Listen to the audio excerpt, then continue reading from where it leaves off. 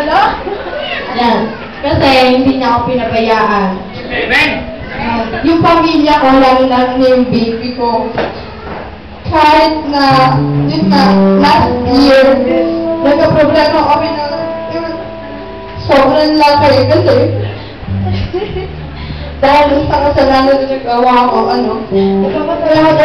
nagpapasalamat ako kasi ginabayan niya ako na 7 months na wala tumutulong sa akin na nung nagpupuntis ako.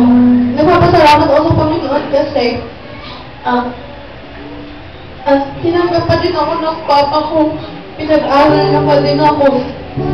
Tsaka isang buong taon na tinulungan niya ako na palakihin yung baby ko. Tinulungan niya kami nila mama.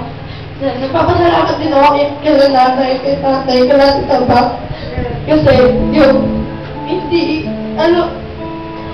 hindi ko ma-explain kasi syempre sa lahat nakapag-ulat. Yun nga na bigla-bigla na lang may baby na lalabas na wala silang alam.